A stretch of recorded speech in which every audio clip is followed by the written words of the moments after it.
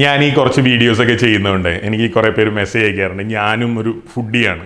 അപ്പം ഞാനൊരു ഫുഡിയാന്നുള്ള ധാരണയിലാണ് അവർ പറയുന്നത്. ഞാനും ഒരു ഫുഡിയാണ്, ചേട്ടനെ പോലെ അല്ലെങ്കിൽ നിങ്ങളെപ്പോലെ അല്ലെങ്കിൽ അനിയനെ പോലെ ഞാനൊരു ഫുഡിയാന്ന് പറഞ്ഞിട്ട് എനിക്ക് കുറേ പേര് മെസ്സേജ് അയക്കാറുണ്ട്. അപ്പോൾ അത് ഭയങ്കര ഒരു ഇൻട്രസ്റ്റിംഗ് സംഭവമാണ്. കാരണം ഭക്ഷണത്തിന് വേണ്ടിയിട്ട് നമ്മൾ മെനക്കെടാൻ തയ്യാറാണ് എന്നുള്ളതാണ് ഈ ഫുഡി എന്നുള്ളതിൻ്റെ ഒരു മീനിങ് എന്നാണ് ഞാൻ മനസ്സിലാക്കുന്നത്. അതായത് മോശം ഭക്ഷണം കഴിക്കാതിരിക്കുക. ഒരുപാട് ഭക്ഷണം കഴിക്കുന്ന ആളാണെങ്കിൽ പോലും മോശം ഭക്ഷണം കഴിക്കാതിരിക്കുക, ഇതായിരിക്കണം ഒരു ഫുഡിയുടെ ഒരു ബേസിക് ക്വാളിറ്റി എന്നാണ് ഞാൻ വിചാരിക്കുന്നത്. അതുപോലെ വ്യത്യസ്തതകൾ തേടി പോവുക ഒരു ഭക്ഷണത്തിന് വേണ്ടിയിട്ട്. അതിപ്പോൾ പിന്നെ ഇന്നലെ എന്നെ ഒരാൾ വിളിച്ചിരുന്നു, ഫോറസ്റ്റ് ഡിപ്പാർട്ട്മെൻറ്റിൽ ജോലി ചെയ്യുന്നത്, നമ്മുടെ ചിമ്മിനി ഡാമിൻ്റെ അടുത്ത് ഒരു കിടിലൻ കടയുണ്ട് എന്ന് പറഞ്ഞിട്ട്. അപ്പോൾ മൂപ്പര് അതിനുള്ള വഴിയൊക്കെ വളരെ ഡീറ്റെയിൽഡ് ആയിട്ട് പറഞ്ഞു. അപ്പോൾ മൂപ്പര് സംസാരിക്കുമ്പോൾ എനിക്ക് പാഷൻ ഇങ്ങനെ അറിയാം. മൂപ്പരുടെ സംസാരത്തിൽ ഫോണിലാണ്, ഞാൻ അയാളെ ജീവിതത്തിൽ കണ്ടിട്ടില്ല, അറിയാം. അപ്പോൾ അങ്ങനെയുള്ള ഒരുപാട് ആൾക്കാരുണ്ട്. അപ്പോൾ ഇതിൽ എനിക്ക് ഏറ്റവും ഡിസപ്പോയിൻറ്റിംഗ് ആയിട്ട് തോന്നുന്ന ഒരു കമൻ്റ് ഉണ്ട്. എന്താണെന്ന് അറിയാം, ഇതിൻ്റെ ലൊക്കേഷൻ എവിടെയാണ്? ഇപ്പോൾ ഒരു ഉദാഹരണം പറഞ്ഞാൽ, ഒരു റെസ്റ്റോറൻറ്റ് നമ്മൾ ചെയ്യുകയാണ്, കോയമ്പത്തൂർ ഹരിഭവനം. ഹരിഭവൻ എന്ന് പറയുന്ന റെസ്റ്റോറൻറ്റ് കോയമ്പത്തൂരാണ്. ഞാൻ അവിടെ പോയി ഒരു വീഡിയോ ചെയ്ത് ഇത് ഹരിഭവനാണ് എന്ന് എഴുതി വെച്ചിട്ടുണ്ടെന്ന് വിചാരിക്കുക. ഒരുപാട് പേര് ചോദിക്കും ഇതിൻ്റെ ലൊക്കേഷൻ എവിടെ, എനിക്കും അവിടെ പോവാണ്. എനിക്കതിലുള്ള ഡിസപ്പോയിൻമെൻറ്റ് എന്താണെന്നറിയാം, ഒന്ന് ഗൂഗിൾ ചെയ്താൽ മതി പോരെ. ഹരിഭവനം ഗൂഗിൾ ചെയ്യുന്നു, കിട്ടില്ലേ?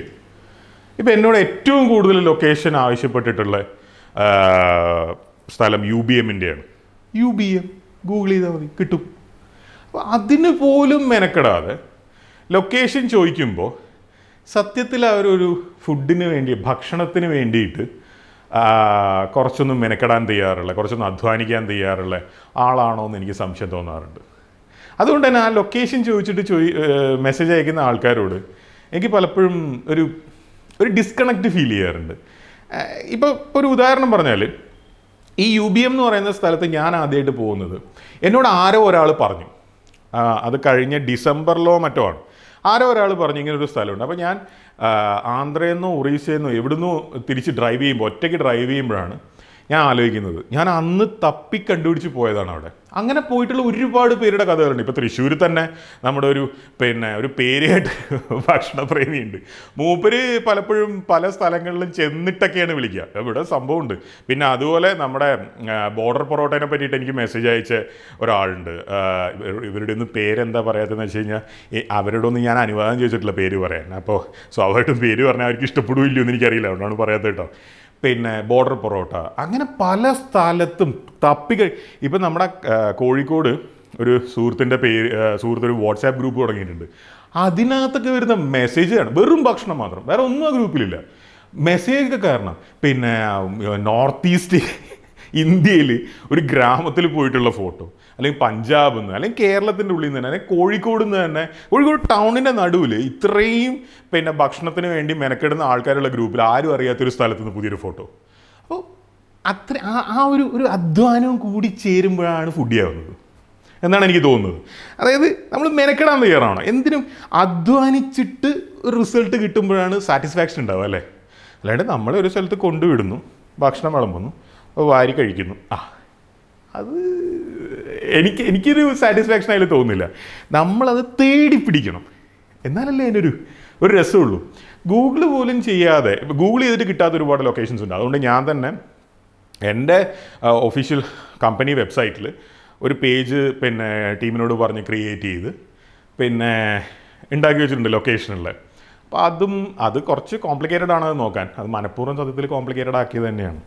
കാരണം എനിക്ക് ആ ഒരു അധ്വാനവും കൂടെ അവരറിയണമെന്ന് ഭയങ്കര ആഗ്രഹമുണ്ട്. അതുകൊണ്ടാണത്. ഇപ്പോൾ പിന്നെ ഏറ്റവും എളുപ്പത്തിൽ ഇനി നല്ല ഭക്ഷണശാലകൾ കണ്ടുപിടിക്കാനുള്ള കുറച്ച് വഴികൾ ഞാൻ പറയാം. എൻ്റെ വെബ്സൈറ്റിൽ ഒരു പേജ് ഉണ്ട്, അത് നോക്കൂ, നിങ്ങൾക്ക് എത്ര യൂസർ ഫ്രണ്ട്ലി ആയിരിക്കുമെന്നൊന്നും എനിക്കറിയില്ല.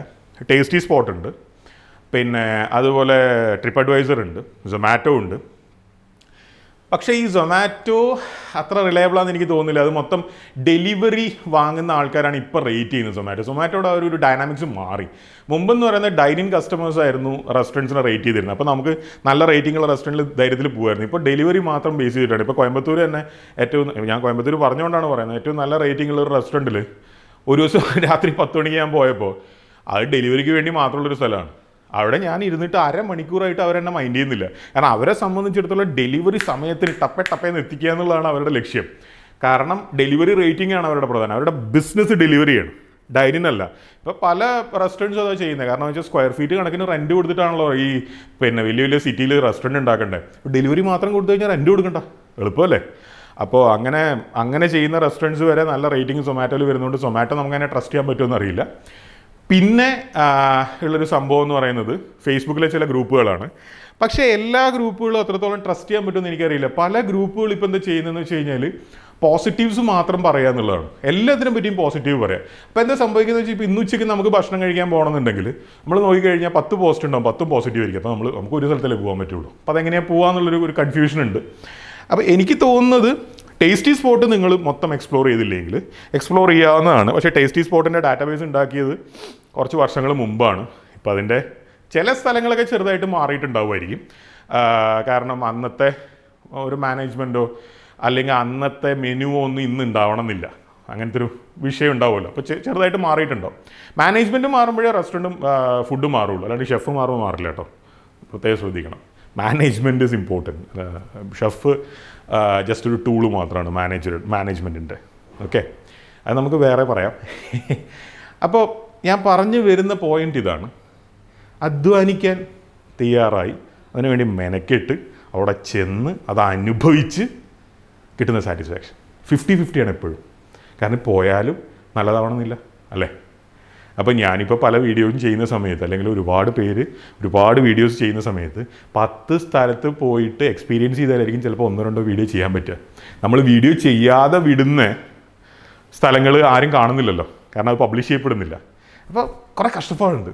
അപ്പോൾ അതും കൂടെ അനുഭവിക്കണം എന്നാണ് എൻ്റെ ഒരു ഇത്.